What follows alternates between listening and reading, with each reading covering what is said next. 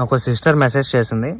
8 years love అంట. ఈ అబ్బాయి వాళ్ళ పేరెంట్స్ కోసం అని చెప్పి ఈ అమ్మాయిని వదిలేసి వెళ్ళిపోయాడు. అబ్బాయికి పెళ్లి అయిపోయింది, ఒక పాప కూడా ఉంది. ఇప్పుడు మళ్ళీ ఈ అమ్మాయి లైఫ్ లోకి వచ్చి, అరే నువ్వు నాకు కావాలరా, నేను అమ్మాయిని చాలా రాంగ్ గా పెళ్లి చేసుకున్నాను, తప్పు నాదే, సారీ, బట్ నేను తనతో ఉండలేకపోతున్నాను, తనంటే నాకు అసలు ఇష్టం లేదు, ప్లీజ్ రా నువ్వు నాతో ఉండు అని చెప్పి అడుక్కుంటున్నాడు. నేను అబ్బాయిలకి అమ్మాయిలకి ఇద్దరికి ఒకే ఒక విషయం చెప్తున్నా, మరి ముందంతా ఏం మొక్కలు పీకారా మీరు?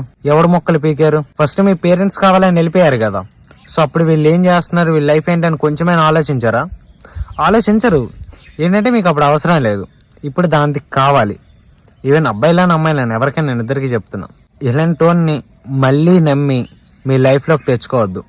జీవితాంతం చుక్క చూపిస్తారు నీకు. ఏం ఇది లేకుండానే పిల్లల కన్నారా? సరే పిల్లల కంటే మీద ఒక 2 minutes ప్రాసెస్ అనుకో, అది కాసేపు పక్కన పెట్టేసి 1 year కలిసి ఉన్నాడు కదా, అంటే నేను తను వదిలేసి వచ్చేస్తాను, నేను నిన్ను చూసేసుకుంటాను అంటున్నాడు కదా. మీరు ఒక పని చేయండి, తనకి డివోర్స్ ఇచ్చాక వాళ్ళ ఇంట్లో మాట్లాడి పెళ్లి చేసుకుని మూవ్ అవ్వండి.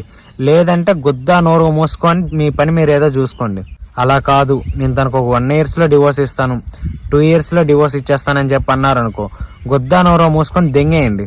ఖచ్చితంగా చెప్తున్నా, నేను మళ్ళీ వాడుకొని వదిలేస్తారా తప్పితే యూజ్ అంటూ ఏం లేదు. ఇలాంటి నా కొడుకులకి మళ్ళీ ఛాన్స్ ఇచ్చి లైఫ్ ని స్పాయిల్ చేసుకోవద్దు. ఫస్ట్ టైం వాళ్ళ పేరెంట్స్ ఒప్పుకోలేదు కదా, సెకండ్ టైం ఎలా యాక్సెప్ట్ చేస్తారు? దోలు తీర్చేస్తారు. ఇలాంటి హౌలే డైలాగులు నమ్మి మళ్ళీ నీ జీవితాన్ని రెండోసారి నాశనం చేసుకోవాలని అనుకోక.